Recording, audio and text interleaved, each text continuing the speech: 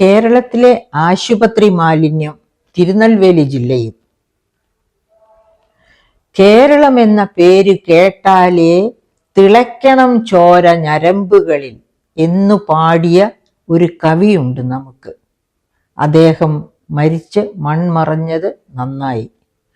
ഈ വാർത്ത അല്ലാത്ത പക്ഷം അദ്ദേഹം കേട്ടിരുന്നെങ്കിൽ ഒരു പക്ഷേ എന്തു പ്രതികരണമാകുമായിരുന്നു ആ കവിയിൽ നിന്ന് ഉണ്ടാവുക? അതുപോലത്തെ കേരളത്തെ സ്നേഹിക്കുന്ന ആരിൽ നിന്നും എന്ത് പ്രതികരണമാണ് ഉണ്ടാവുക? എത്ര ലജ്ജാവഹമായ ഒരു ഒരു ഒരു ഒരു ഒരു വസ്തുതയാണ് കേരളത്തിൻ്റെ ബയോ മെഡിക്കൽ മാലിന്യവും അറവു മാലിന്യവും ഒക്കെ തിരുനെൽവേലി ജില്ലയിൽ. അത് കണ്ടുപിടിച്ചത് ആരാണ്? എപ്പോഴാണ് കണ്ടുപിടിച്ചത്? തിരുനെൽവേലി ജില്ലയിൽ ഇത്തരം വേസ്റ്റുകൾ കൊണ്ടുപോയി തള്ളുന്നത് ഭക്ഷണമാക്കി മാറ്റിയ കന്നുകാലികൾ, പശുവും മറ്റ് കന്നുകാലികളും. അങ്ങനെ പശുക്കൾ ചാവാൻ തുടങ്ങിയപ്പോഴാണ് കർഷകര് രോഷത്തോടു കൂടി അവരുടെ ജില്ലാ നേതൃത്വത്തെ ഇക്കാര്യം അറിയിക്കുന്നത്. അങ്ങനെ ജില്ലാ നേതൃത്വം വഴിയായിട്ടാണ് നാഷണൽ ഗ്രീൻ ട്രൈബ്യൂണലിൻ്റെ അടുക്കൽ ഈ പരാതി എത്തുന്നത്. നാഷണൽ ഗ്രീൻ ട്രൈബ്യൂണൽ ഉടനെ സദേൺ ഗ്രീൻ ട്രൈബ്യൂണലിനെ സമീപിക്കുന്നു, അവരെ ഈ കാര്യം ഏൽപ്പിക്കുന്നു. അങ്ങനെയാണ് സദേൺ ഗ്രീൻ ട്രൈബ്യൂണലിൻ്റെ ജഡ്ജസ് ആയിട്ടുള്ള പുഷ്പ സത്യനാരായണ, സത്യഗോപാൽ കോർലാപതി, ഈ ജഡ്ജസ് ആണ് ഈ കേസ് കേട്ടത്. അപ്പം അവർക്ക് മനസ്സിലാക്കാൻ കഴിഞ്ഞതും അവരിടപെട്ടതും തിരുനെൽവേലിയിൽ 6 ഇടങ്ങളിലാണ് ബയോ മെഡിക്കൽ വേസ്റ്റ്. സാധാരണ രീതിയിൽ കേരളത്തിലെ മുഴുവൻ ബയോ മെഡിക്കൽ വേസ്റ്റും പാലക്കാട് ബേസ്ഡ് ആയിട്ടുള്ള ഒരൊറ്റ കമ്പനിയാണ് എടുക്കേണ്ടതും അതിനെ ശുദ്ധീകരിക്കാൻ പറ്റുന്നത് ശുദ്ധീകരിക്കുക, അല്ലാത്തത് ശുദ്ധീകരിക്കാതെ തന്നെ ചെയ്യേണ്ട രീതിയിൽ ചെയ്യുക. അങ്ങനെ നടപടികൾ എടുക്കേണ്ടത് പൂർണ്ണമായും ഉത്തരവാദിത്വമുള്ളത് ആ പാലക്കാട് ഒരേ ഒരു കമ്പനിക്കാണ്. പക്ഷെ ആ കമ്പനി എങ്ങനെ നിസ്സംഗത പുലർത്തി നമുക്ക് അറിഞ്ഞുകൂടാ. അതൊക്കെ ഗവൺമെന്റ് ഓഫ് കേരളയാണ് അന്വേഷിക്കേണ്ടത്. അതുപോലെ തന്നെ കേരളത്തിന്റെ ഗ്രീൻ ട്രൈബ്യൂണലിന്റെ വിഭാഗമാണ് അന്വേഷിക്കേണ്ടത്. ഇനി എന്തായാലും ഇത് ഈ പറയപ്പെട്ടത്, അതായത് തിരുവനന്തപുരത്ത് നിന്നാണ് ഈ പറയപ്പെട്ട നാഗർകോവിലിലേക്ക് ഇങ്ങനെ ബയോ മെഡിക്കൽ വേസ്റ്റ് പോയിരിക്കുന്നത് എന്നുള്ളതും വളരെ ശ്രദ്ധാർഹമായ കാര്യമാണ്. അതായത് ഗവൺമെന്റ് ക്യാൻസർ സെന്ററിലെ ബയോ മെഡിക്കൽ വേസ്റ്റ്, അതുപോലെ തന്നെ റീജിയണൽ ക്യാൻസർ സെന്ററിലെ എല്ലാ തരം മെഡിക്കൽ വേസ്റ്റും ആ കൂട്ടത്തിലുണ്ട്. അതുപോലെ ക്രീഡൻസ് പോലെയുള്ള സ്വകാര്യ ആശുപത്രി, തിരുവനന്തപുരത്തെ സ്വകാര്യ ആശുപത്രികളിലെ syringe, mask, PPE kit, blood samples എന്ന് തുടങ്ങിയ എല്ലാ ഹസാർഡസ് ആയിട്ടുള്ള ബയോ വേസ്റ്റും ഈ കൂട്ടത്തിൽ കണ്ടുപിടിച്ചത് എങ്ങനെയാണെന്ന് നമ്മൾ ന്യൂസിലൊക്കെ കണ്ടതാണ്. അവിടെ ഓരോന്നിൻ്റെയും പേരിൽ ഹോസ്പിറ്റലിൻ്റെ പേരും ഈവൻ ഡോക്ടേഴ്സിൻ്റെ പേര് വരെയും ആ കൂട്ടത്തിൽ കേൾക്കാൻ പറ്റിയതാണ്. അപ്പം അങ്ങനെ കേരളത്തിൽ നിന്ന് തന്നെ 20 ഉദ്യോഗസ്ഥർ ഇപ്പം ഇതിൻ്റെ കറക്ഷന് വേണ്ടി പ്രവർത്തിച്ചു കൊണ്ടിരിക്കുന്നു. അതുപോലെ തന്നെ തമിഴ്നാട്ടിൽ നിന്നുള്ള ഉദ്യോഗസ്ഥരും പ്രവർത്തിക്കുന്നു. 23 ലോറികളിൽ ആണ് ഈ ജൈവമാലിന്യങ്ങളെല്ലാം അവിടെ നിന്ന് വീണ്ടും ലോറിയിൽക്കകത്ത് കയറ്റി കേരളത്തിലേക്ക് കൊണ്ടുവന്ന്, കേരളത്തിലെ എവിടെയാണ് അതിന് തീരുമാനിച്ചിരിക്കുന്നതെന്ന് പറഞ്ഞാൽ ആ സ്ഥലത്ത് ഈ വേസ്റ്റ് തരം തിരിച്ച് അതിനെ ബയോ മെഡിക്കൽ വേസ്റ്റ് തന്നെ പുനരുപയോഗത്തിന് പറ്റില്ല, പക്ഷേ ജൈവ വളമാക്കി മാറ്റാവുന്ന വേസ്റ്റ് കാണും, അതല്ലാതെ നിർമ്മാർജ്ജനം ചെയ്യേണ്ട വേസ്റ്റ് കാണും.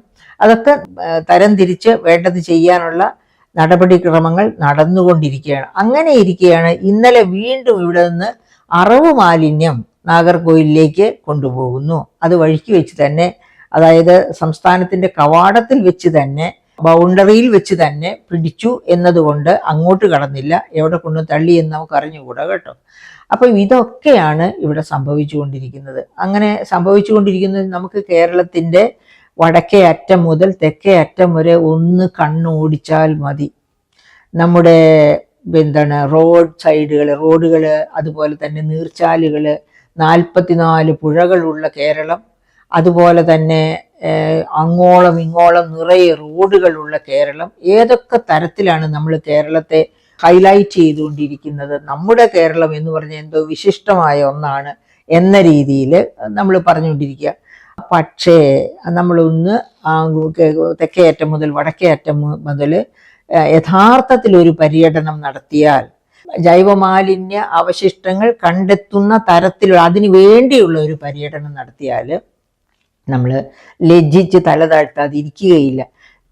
ഏതാനും മാസം മുൻപാണ് വിദേശ ടൂറിസ്റ്റുകൾ കൊച്ചിയിൽ ജൈവമാലിന്യങ്ങൾ, അതായത് അജൈവ മാലിന്യം, അവർ ജൈവമാലിന്യമല്ല എടുത്തു മാറ്റിയത്, പ്ലാസ്റ്റിക് പോലെയുള്ള മാലിന്യങ്ങൾ വാരി കൂട്ടി ചാക്കിലും ഒക്കെ ആക്കി മാറ്റുന്നത് നമ്മൾ കണ്ടിരുന്നു. അപ്പോഴും നമുക്ക് ലജ്ജയൊന്നും തോന്നിയില്ല.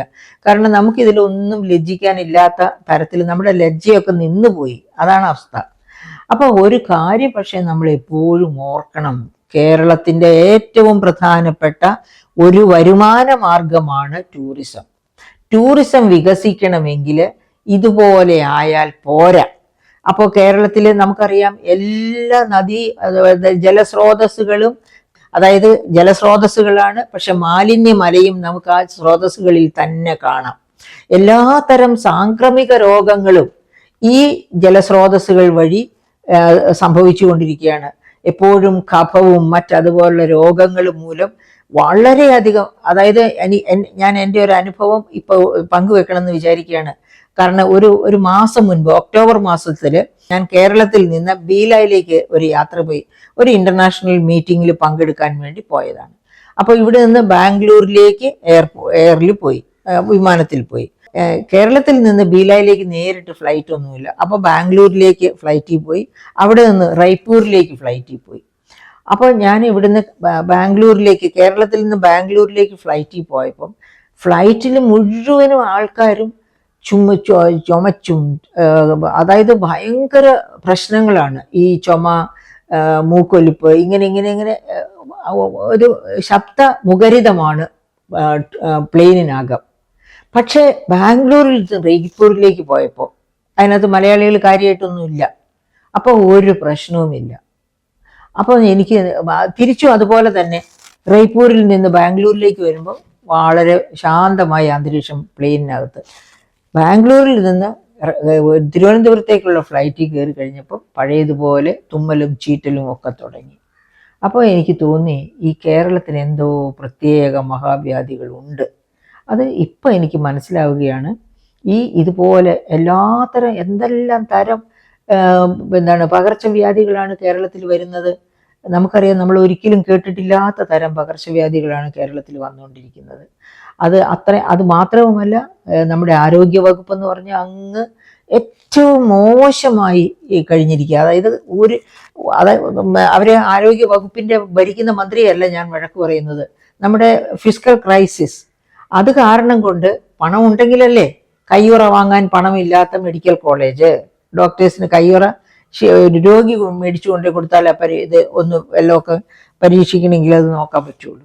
അങ്ങനത്തെ ഒരു അവസ്ഥ. മരുന്ന് മേടിക്കാനില്ല. മെഡിക്കൽ കോർപ്പറേഷന് മരുന്ന് കൊടുക്കാൻ കേരള മെഡിക്കൽ കോർപ്പറേഷന് മരുന്ന് കൊടുക്കാൻ കമ്പനികൾ തയ്യാറാകുന്നില്ല. കാരണം കുടിശ്ശിക കുമിഞ്ഞു കൂടിയിരിക്കുന്നു. നമ്മൾ കണ്ടതായ SIT ആശുപത്രി തന്നെ ഒരു രാത്രി മുഴുവൻ ഇരുട്ടിൽ തപ്പുന്നതും അവിടെ ഉണ്ടായ സംഭവങ്ങളും ഒക്കെ നമുക്ക് ഓർമ്മയുണ്ട്. അത്രയ്ക്കും ഭീകരമായ രീതിയിൽ നമ്മുടെ ആരോഗ്യ മേഖല തന്നെ തകർന്ന് തരിപ്പണമായിരിക്കുന്ന ഒരവസ്ഥ. അങ്ങനെയുള്ള ഒരു സാഹചര്യത്തിലാണ് ഈ പറയപ്പെട്ട മാലിന്യം, അതായത് ജലാശയങ്ങളെല്ലാം മാലിന്യ തൊട്ടിലുകളായിട്ട് ചാഞ്ചാടിക്കൊണ്ടിരിക്കുകയാണ്. അങ്ങനെയാണ് മലയാളികൾ ഇതുപോലെ ഈ തുമ്മലും ചീറ്റലും ഒക്കെ ആയിട്ട് എല്ലാവർക്കും അതുപോലെയുള്ള എന്തെങ്കിലും രോഗങ്ങളാണ് വന്നുകൊണ്ടിരിക്കുന്നത്. അപ്പം ഈ അവസ്ഥ എനിക്ക് ആ പ്ലെയിൻ യാത്രയിലാണ് എനിക്ക് വളരെ കൃത്യമായിട്ട് കേരളം തൊട്ട് ബാംഗ്ലൂരിൽ നിന്ന് റൈപ്പൂര്, അത് വളരെ സുഖകരമായ യാത്ര. ഇവിടുന്ന് ബാംഗ്ലൂർക്കുള്ള യാത്രയും ബാംഗ്ലൂരിൽ നിന്ന് തിരിച്ച് കേരളത്തിലേക്കുള്ള യാത്രയുമായിരുന്നു വലിയ ദുഷ്കരമായ യാത്ര. കാരണം ഈ പറയപ്പെട്ട തുമ്മലും ചീറ്റലും ഒച്ചയും ഒക്കെ കാരണം കൊണ്ട് നമുക്ക് തൊട്ടടുത്തിരുന്ന് ഇങ്ങനെ തുമ്മയും ചീറ്റും ഒക്കെ ചെയ്യുമ്പോൾ നമ്മുടെ ഓർമ്മ എനിക്കും ഇപ്പം വരും എനിക്കും ആ രോഗം എന്ന രീതിയിലുള്ള ഭയത്തോടു കൂടിയാണ് യാത്ര ചെയ്തത്. അങ്ങോട്ട് പോയപ്പോഴും അതെ, ഇങ്ങോട്ട് വന്നപ്പോഴും അതെ. അപ്പം നമ്മുടെ കേരളത്തിന് വലിയ കുഴപ്പങ്ങളുണ്ട്. ഈ വലിയ കുഴപ്പങ്ങൾ മിക്കവാറും ഈ പറയപ്പെട്ട ജൈവ അജൈവ മാലിന്യ സംസ്കരണമില്ലായ്മ കൊണ്ട് വർദ്ധിച്ചു വരുന്നതാണ്. ഇതിന് പരിഹാരം കൃത്യമായി തേടിയില്ലെങ്കിൽ നമ്മുടെ ടൂറിസം മേഖല, വിനോദസഞ്ചാര മേഖല ആകെ മൂക്കുകുത്തി താഴെ വീഴും. ഒരു പക്ഷേ തൊഴിൽ സൃഷ്ടിക്കുന്ന ഏക മേഖലയായി മാറിയിരിക്കുകയാണ് വിനോദസഞ്ചാര മേഖല. ആ മേഖല കൂടി ഇല്ലാതെയായാൽ 10-30 ലക്ഷം പേരാണ് ഈ ടൂറിസം മേഖലയിൽ ഇപ്പോൾ ജോലി ചെയ്യുന്നത്. അത് മാത്രവുമല്ല, നമ്മുടെ ആഭ്യന്തര മൊത്ത വരുമാനത്തിലേക്ക് 12 മുതൽ 15% വരെ സംഭാവന നൽകുന്നതും ഈ ടൂറിസം മേഖലയാണ്. അപ്പൊ ടൂറിസം വികസിക്കണമെങ്കിൽ ഒരു കാരണവശാലും ജൈവ അജൈവ മാലിന്യങ്ങൾ വഴിയരികിലോ ജലാശയങ്ങളിലോ കെട്ടിക്കിടക്കുന്ന അവസ്ഥ സംജാതമാകാൻ പാടില്ല. ഇപ്പൊ അതാണ് നടന്നുകൊണ്ടിരിക്കുന്നത്. എവിടെ നോക്കിയാലും അവിടെ എല്ലാം നമ്മൾ, അതായത് ചങ്ങമ്പുഴയുടെ കവിത ഓർമ്മയുണ്ട്, എവിടെ തിരിഞ്ഞൊന്ന് നോക്കിയാലും അവിടെ എല്ലാം പൂത്ത മരങ്ങൾ മാത്രം. നമുക്കിപ്പോൾ കേരളത്തെ നോക്കി പറയാവുന്നത്, എവിടെ തിരിഞ്ഞൊന്ന് നോക്കിയാലും അവിടെല്ലാം ചീഞ്ഞളിഞ്ഞ ചപ്പും ചവറും ജൈവമാലിന്യങ്ങളും അജൈവ മാലിന്യങ്ങളും മാത്രമേ ഉള്ളൂ എന്ന ഒരവസ്ഥയാണ്. കുട്ടികൾക്ക് പുറത്തേക്ക് ഇറങ്ങി നടക്കാൻ നിവൃത്തിയില്ല, കുഞ്ഞുങ്ങളെ വിടാൻ നിവൃത്തിയില്ല. കാലിൽ ചെരുപ്പില്ലാതെ വളർന്നവരാണ് നമ്മളൊക്കെ ഞാനൊക്കെ കുട്ടികളായിരുന്ന കാലത്ത്. ഇന്ന് ചെരുപ്പില്ലാതെ പുറത്തിറങ്ങിയാലത്തെ അവസ്ഥ എന്താണ്? ആ അവസ്ഥ മാറണം. ഇപ്പം ഞാൻ എൻ്റെ ഒരു അനുഭവം കൂടി പറഞ്ഞോട്ടെ. ഞങ്ങളൊരു പഠനത്തിന് വേണ്ടിയിട്ട് ബ്രസീലിൽ പോയി. ബ്രസീലിൽ എന്ന് വെച്ചിട്ടുണ്ടെങ്കിൽ പോർട്ടോ അലിഗ്രെ, ബ്രസീലിലെ ഒരു മുനിസിപ്പാലിറ്റിയാണ്. ആ മുനിസിപ്പാലിറ്റി ഏകദേശം കേരളത്തോളം വരും കേട്ടോ, അത്ര വലിയൊരു മുനിസിപ്പാലിറ്റിയാണ്. അപ്പോൾ ഇവിടുത്തെ തദ്ദേശ സ്വയംഭരണ സ്ഥാപനങ്ങളുടെ പ്രവർത്തനവും അവിടുത്തെ തദ്ദേശ സ്വയംഭരണ സ്ഥാപനങ്ങളുടെ പ്രവർത്തനവും തമ്മിലുള്ള ഒരു താരതമ്യ പഠനത്തിന് വേണ്ടിയാണ് 2008 ബ്രസീലിൽ പോകുന്നത്. അങ്ങനെ ബ്രസീലിൽ ചെന്നപ്പോൾ ഞങ്ങൾ അവരുടെ ആ രീതിയൊക്കെ, അജൈവ മാലിന്യ സംസ്കരണം വളരെ പ്രധാനമായിട്ട്, അതുപോലെ വാട്ടർ കോഴ്സസ്, അതായത് ഈ പറയപ്പെട്ട ജലസ്രോതസ്സുകളുടെ ശുദ്ധീകരണം, ഇത് രണ്ടും വളരെ ശ്രദ്ധയോടെ ഞങ്ങൾ ശ്രദ്ധിച്ചു. എന്തായിരുന്നു ജലസ്രോതസ്സുകളുടെ ശുദ്ധീകരണം? അവിടെ ഓടയിലെ ജലം ശുദ്ധീകരിച്ച് കുടിവെള്ളമാക്കി മാറ്റുന്നു. ഞാൻ ആവർത്തിക്കുന്നു, ഓടയിലെ വെള്ളം ശുദ്ധീകരിച്ച് ശുദ്ധജലമാക്കി കുടിവെള്ളമാക്കി മാറ്റുന്നു. അത് തന്നെയാണ് കുടിവെള്ളമായി സപ്ലൈ ചെയ്യുന്നത്. അതാണ് ഒന്നാമത്തെ കാര്യം.